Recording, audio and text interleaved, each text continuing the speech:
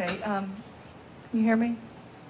Yes. Okay, just God, I'm so close, I can't read that. Okay, the next item on the agenda is the ordinance to amend Chapter 14. This is our stream buffer ordinance, and I want to make this statement before, as Bennett and Susan are coming to the podium to address this. We have had a number of work sessions and a number of drafts and comments on this ordinance, and you recently received from Susan, and it's in your folder. This is the stream buffer ordinance comparison, version 1, version 2, the cab, and then the model ordinance.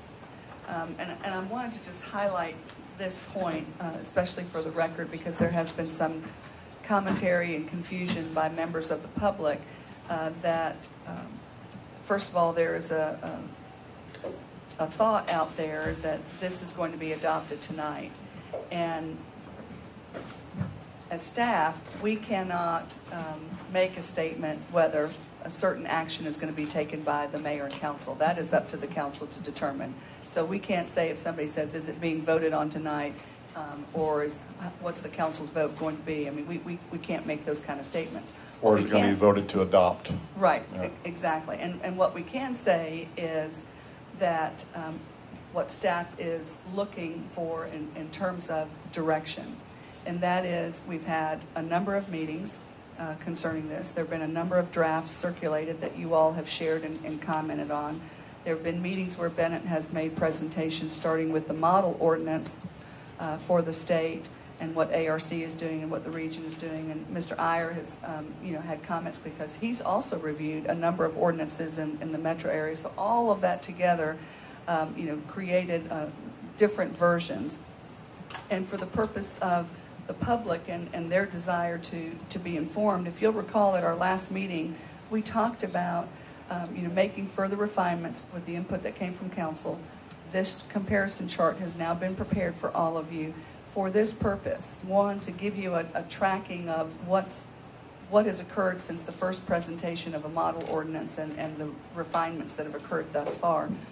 But secondly, and most importantly, is to get a consensus by the council so that we can do what we said we were going to do at a previous meeting, and that was to take the final comments, include those in what we would call the final draft, post that for the public to comment on, to review, and have that posted either for 2 weeks or as much as 30 days, and then to circle back around, have it placed on the agenda so that the public can come and speak to this item. It is not a public hearing item where it requires 2 readings and it has to be advertised, but because there has been so much commentary on it, I think it's important that we treat it as if it is a public hearing item. And it is our desire as staff today to get direction from you all as to what is the final version so that we can move forward, post this for comments and engagement by the public, and then put it on an agenda for consideration of action by the mayor and council. So I hope that dispels some of the confusion from the public. Again, we cannot predict, nor would we ever predict, how a council will act or react on a matter that's on their agenda, and nor would we ever predict how they would vote should it come to that. That is certainly up for you all. But we can recommend, in this particular instance, that the public would deserve, and you all agreed to this in your last meeting, that whatever final version is, that this would be posted to allow the public to review and comment, and that we would place it on an agenda where they could come to the podium. We would treat it as if it's a public hearing item. So with that, I'll turn it over to Ms. Cannon and Bennett. Well, I think Marie said it best. However, in your package, you have the red-lined copy of the changes. You have a chart that's color-coded that shows the difference between what was changed and what was not changed from version 2 and version 3. What you have before you currently is version 3. The springboard from that was the version 2 item in the work session, and what we surmised were the requested changes. Bennett is going to come before you and explain the evolution of where we were and where we are, and what the difference in the existing code is, and how we move forward with this current draft before you. And then we would need to solicit from you as to whether or not additional changes are needed. He also has a rough sketch on the wall here to identify for you the difference between the 25, 50, and 75 and what it means now and how it is to be implemented and what the variance process is. So, Bennett?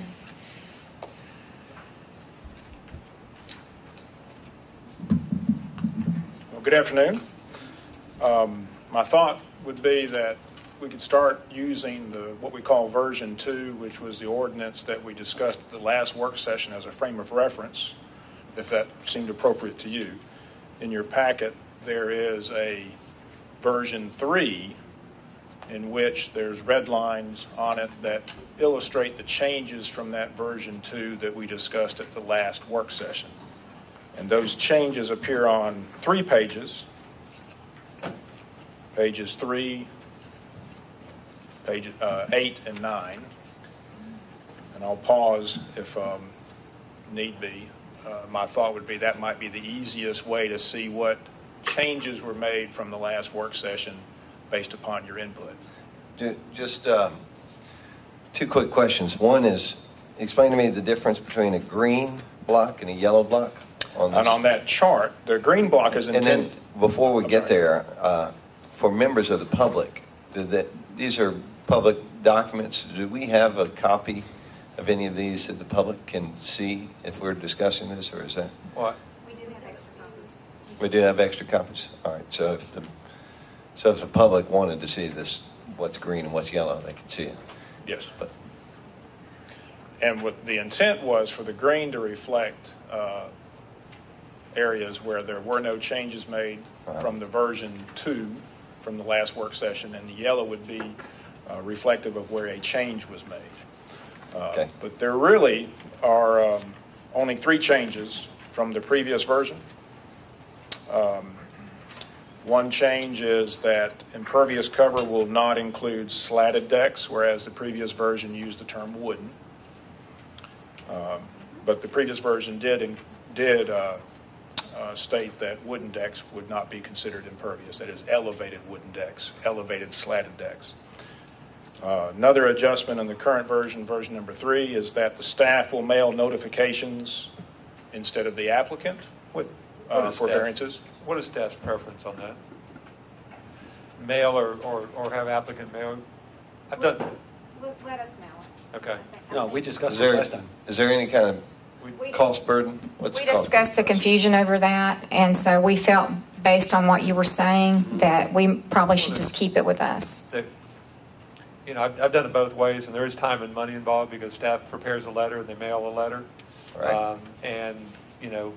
What I'm used to is staff will give me a list of here's who you need to mail to. I think the intent of that was so we don't have meetings like this and somebody comes out of the audience and says, well, I never got a letter.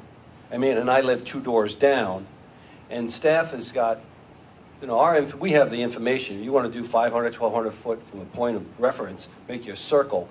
We know every address that it needs to go to. I think it's maybe a little bit more cumbersome, maybe a little bit more expensive, but I think it ensures that we communicate to the parties that need to be communicated to. But there are ways to address that also. You can require a proof of mailing, which is sort of one step below certified. We had this conversation in the work session, so based on this feedback, we left it as a staff function. Okay. Yeah. And then the agreement was 500 feet. Okay. That's fine. There is a burden on the city, and that's the reason why I asked what. Yeah, I think that it's reasonable to ask developers asking for this variance to pay for that cost if it's significant. I think that something to consider. If the burden's being put on the city for the benefit of a developer in an application of variance, I think they should pay for that. Well, and that's done in other cities as practice. Any additional work that is done in order, as part of the application fee, and that could be included as well. There's an advertising fee, there is the cost of the sign, and then there's the cost of the mailings. I guess the only question I have, and I may be confused, is where we left it, was I thought we talked about some criteria being inserted for approval of the variance, similar to the standards that were included for that are in the, the regular, a normal variance. There's a list of 4 or 5 criteria, either by reference or by insertion. We were going to include similar language in this for these variances. And again, I'm just looking at my notes from the last meeting, and I'm not sure what the final. If you take a look on your ordinance on page 10,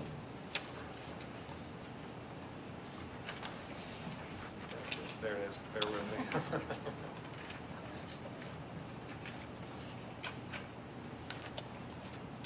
Oh, there it is. Okay. there's a list of what factors will be considered in Okay. considering a variance. I see it now. Thank you. And that was in, just in case there's any confusion, that was in the so-called version 2 that we talked about at the last work session. That's not a change. The other change, the third item, I mentioned 2. Oh, I'm sorry. Go I ahead. know. I know what it was. It was for both a variance and an administrative variance. I don't know if that needs to be clarified. Here it says for any variance request. I don't know if we need to insert or administrative variance, or I'm not sure how they're defined in the ordinance. Yeah, that paragraph is under a heading that refers to any variance request. Okay. So I believe that would be covered for both an administrative and a Yeah, zoning board of appeals. that's correct. It also, Okay. there are also standards in which, that have to be followed within either the administrative or the ZBA requests. Also, for Okay. example, you go to section 5 of the administrative variance procedures on page 9. That really outlines the standards in which that can be granted. Okay. So, Thank you for the clarification. I was trying to interpret my notes and where we were in the. Okay. Thank you. And the third change compared to our last meeting related to the minimum standards of mitigation for variances. In the version 2, there was a specific minimum quantifiable standard of mitigation performance for stormwater management and water quality treatment for all variances. But your consensus, as we interpreted it, was for that to be applied to the variances that require zoning board of appeals hearing, but to relax that for the administrative variances. And the administrative variances being those variances that involve disturbance only in the outer 25 feet. And in that case, the requirement for mitigation is that there is mitigation, but that the requirement it's more vague in ways, not as specific. It's simply that the mitigation measures proposed shall be at least as protective of the stream as the conditions that existed prior to whatever development was proposed. And that would allow each case to be judged on its own merits with regard to administrative variances. The administrative variance applies only to clearing and grading in the outer 25 feet. It does not apply to impervious material. So the thought was, that if somebody wants to encroach in that with a little bit of grading, that minimum standard was a pretty heavy burden to go back and capture the entire property and have them do that for just a little bit of grading. But for any impervious encroachment in the entire 75 feet, the 50 feet or the 25-foot setback, they will have to go back and there is a higher standard. They will have to go back and capture the whole site. So I think this makes sense for in light of what the model ordinance is doing with that outer 25-foot setback. The only So question I difference have. is I'm sorry. Go ahead, Mayor. The difference is the variance for disturbance, but we're taking if you're putting anything like a driveway or some concrete down, Yes, then exactly. there's no administrative variance. Whereas before, it all was a ZBA, and this way it's just for impervious to the ZBA. No, there was the administrative variance, but it had the same minimum requirements for both a ZBA variance and an administrative variance. What we're doing is we're taking that minimum standard out for the administrative variance and inserting this language that leaves it to staff's discretion to determine what is an equal, if you're taking it out, what do you need to put back in, rather than saying, if you take it out, you have to put this back in, if that makes sense. Yes. And I feel it may be important to highlight what I think are three major elements of this so-called version 3 ordinance that you might categorize it as making this ordinance distinctive for Brookhaven compared to ordinances you might see in other communities.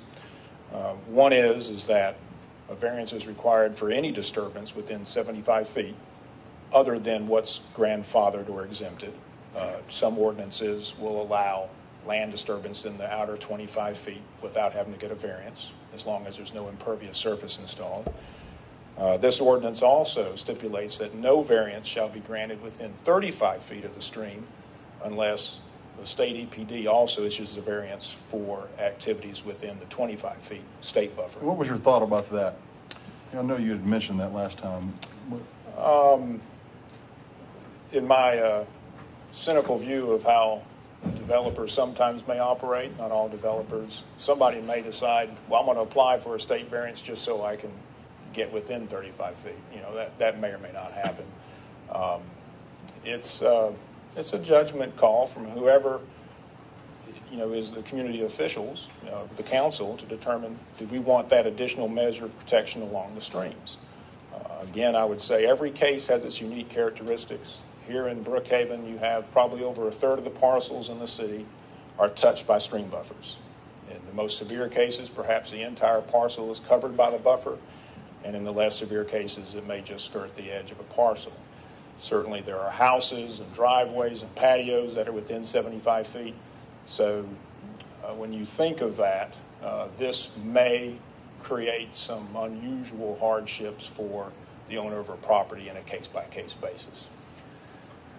The 35 feet really was as much my suggestion. I think I saw it in a number of other ordinances, and my thought was this: was sort of twofold. One is that we currently do not allow anything within 50 feet of a stream, our current ordinance. So this allowed a little bit of extra protection rather than going all the way to 25. We stopped at 35, and my rationale for that is with the combination of the 35-foot stream buffer plus the minimum standards that we now have included for mitigation, that more or less equals the 50 feet that we currently have. So it was a way of trying to keep something that was similar to what we have, but still give some additional flexibility. We're allowing them to go 15 feet closer to the creek than our current ordinance allows.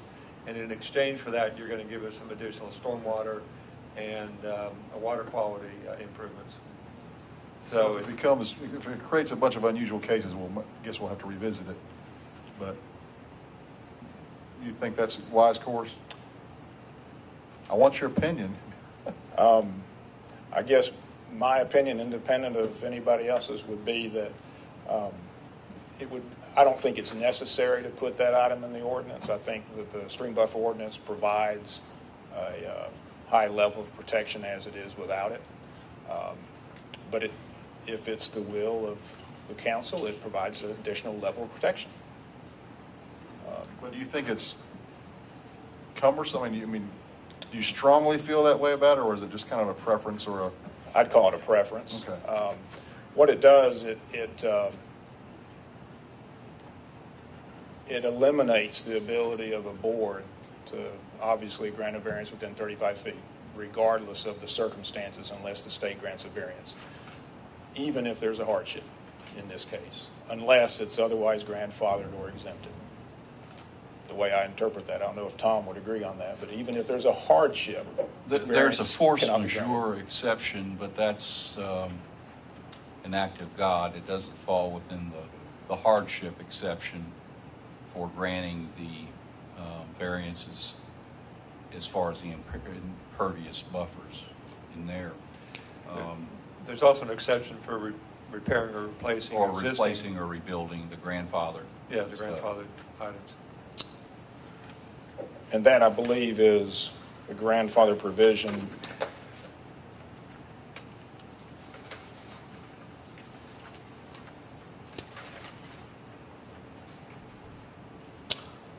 Yeah, redevelopment or replacement of existing impervious areas within the outer 25 feet is grandfathered in the ordinance.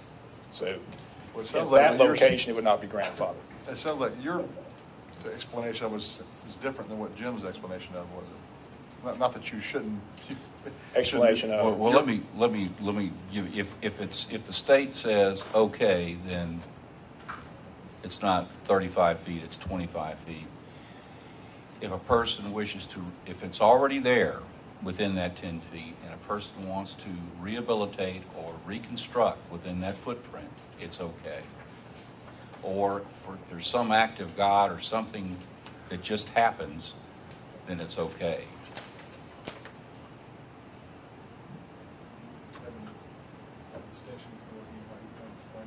Who's that? Tom? Yeah. No, I mean, I will say that the 35 feet was my suggestion. Right. And it's in there, again, trying to maintain some semblance of equality to what we currently have. So, And he's kind of saying it's really could have, not strongly, obviously, he's not trying to be, we just want your opinion, you're giving us your opinion, that it might cause some issues or make some hardships that are strange, but what is your response to that?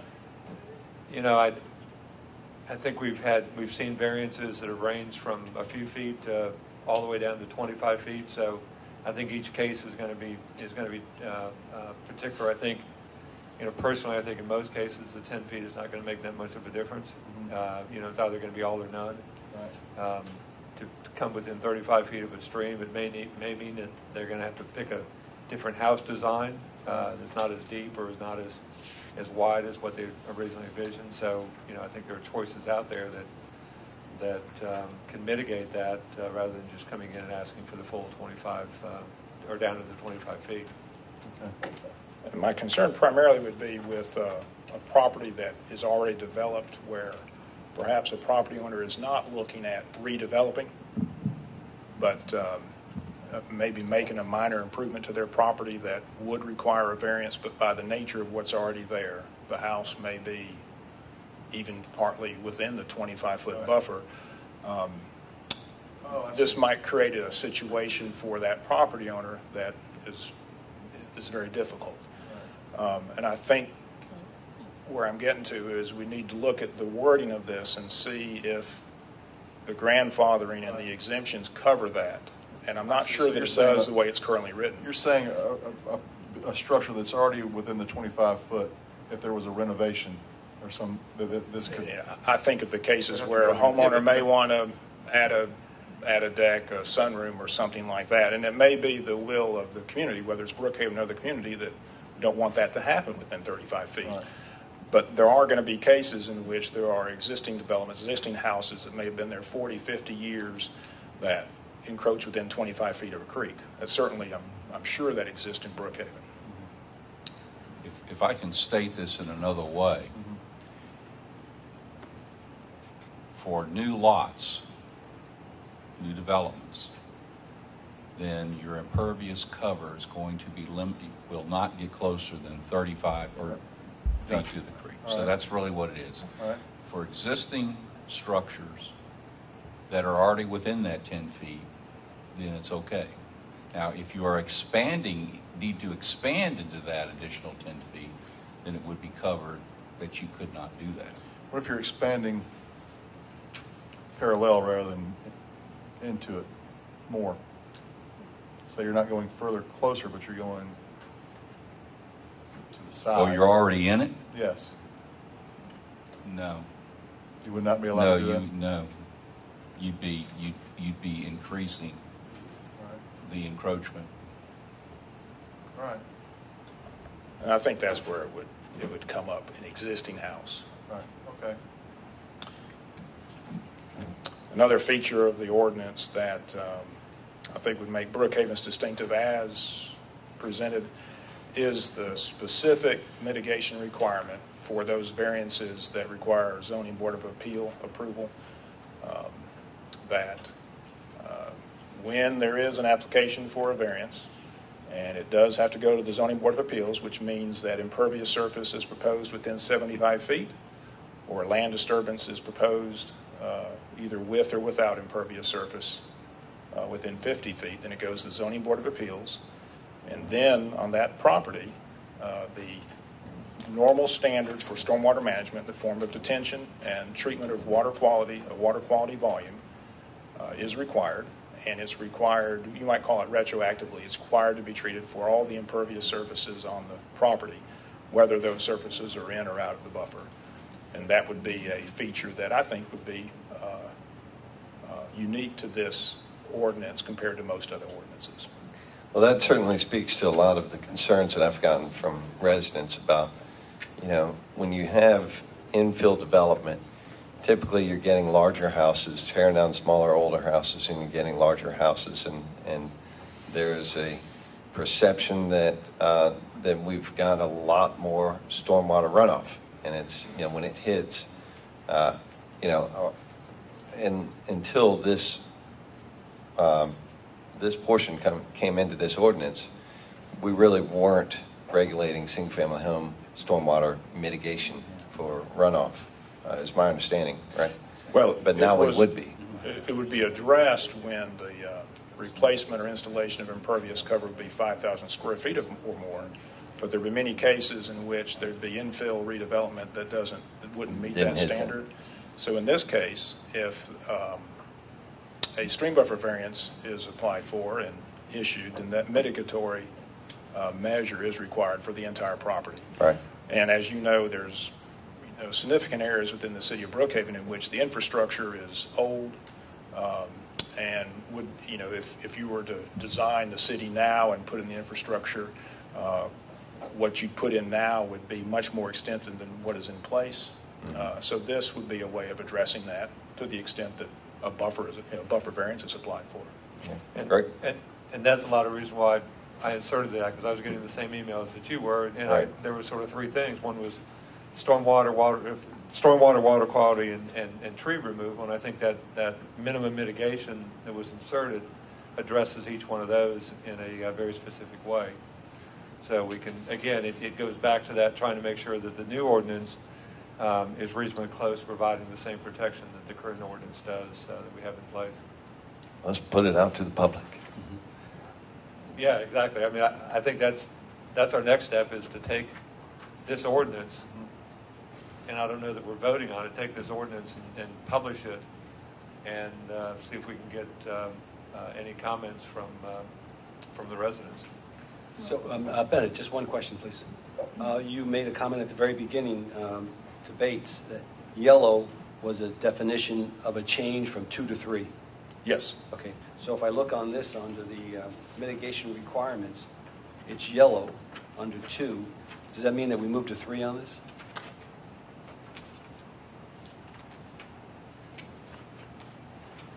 Because I thought the description you just gave on this was the yellow.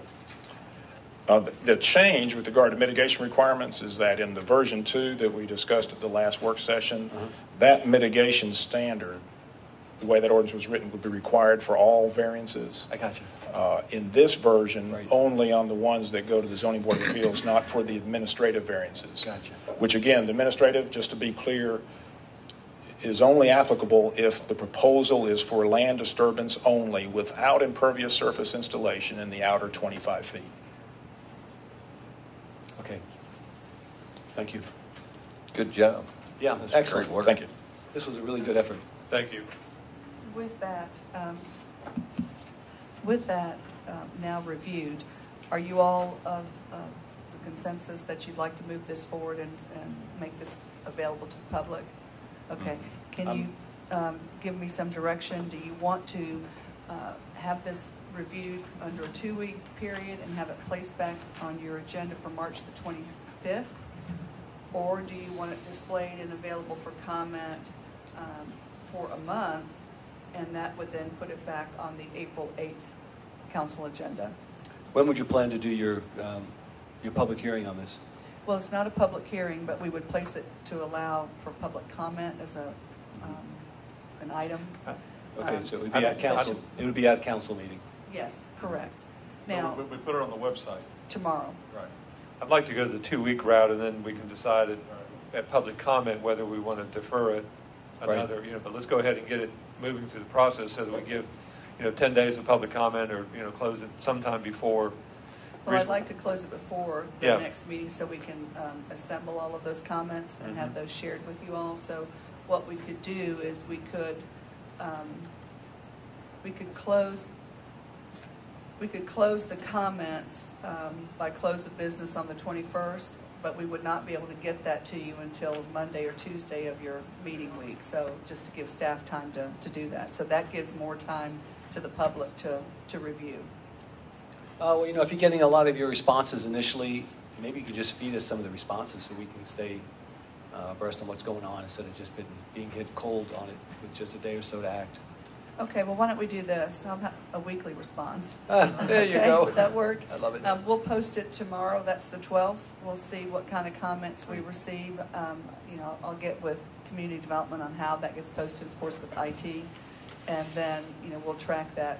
I'm sure there might even be comments on Facebook and even. Yeah, how do we let people know that it's up? Can we get Dana to do a media blast like we Right, did with we're the gonna do that, snowstorm? yeah. Let everybody know that we've Yeah. got this on position now We'll for do review. that, and then we'll get it posted immediately so we can start soliciting comments. In fact, what we might do, that's only 3 days. Let's wait till Monday to let you know what it's looking like out there, and then we'll follow up towards the end of the week and then give you a posting that anything new that's come in as of close of business on Friday, you'll get that into your packets, or you'll get that handed out to you.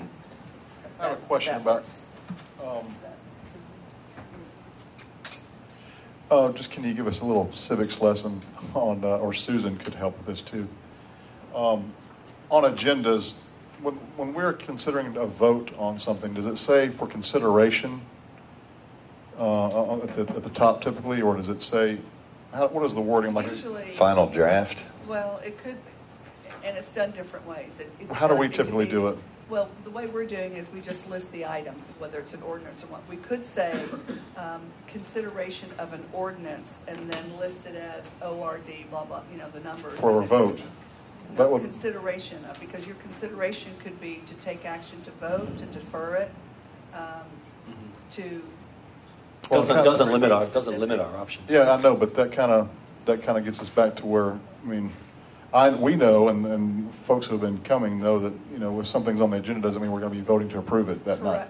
Correct. But this was distinguished in my mind from the other items on the agenda under new business, and it just said ordinance. And it just says what the ordinance would do. And then the next thing, you got an approval of intergovernmental agreement, authorization, intercontract, authorization. So you're Why don't we doing. do it this way, if I can suggest? Consideration of approval. Right. That way, if you consider otherwise, you have that ability. I just don't want to lock you in that Sure. there is an expectation that you may not be willing to fulfill. Current So, ordinance under consideration for approval. yeah, I think, well, that if we do it in the manner of consideration for approval, that could capture our resolutions, that captures our contracts, that captures ordinances or any other action that you would take. Right. So we can say consideration for approval and then list them. But this item has been on the same way in the agenda for the past month, and it's, deferred, and we talked about it last meeting about we're going to have a public hearing, and the public will be able to comment on the draft that we finally get. Correct.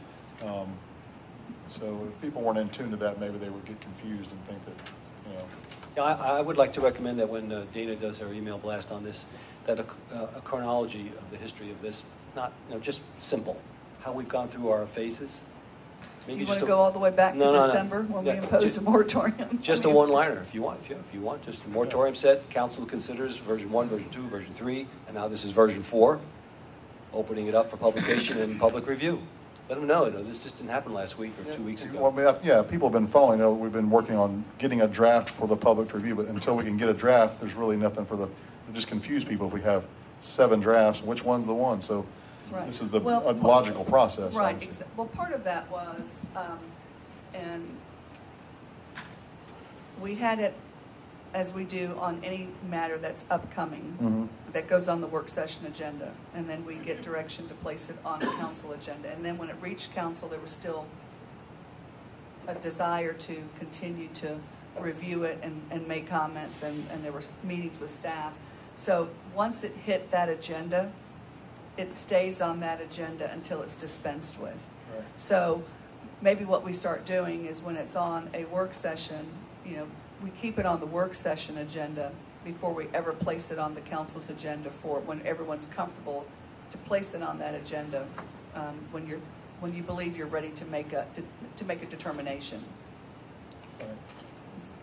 Is that We had acceptable? this the first round when it was even being put on the agenda. There was, they're going to do and that was 6 weeks ago Right.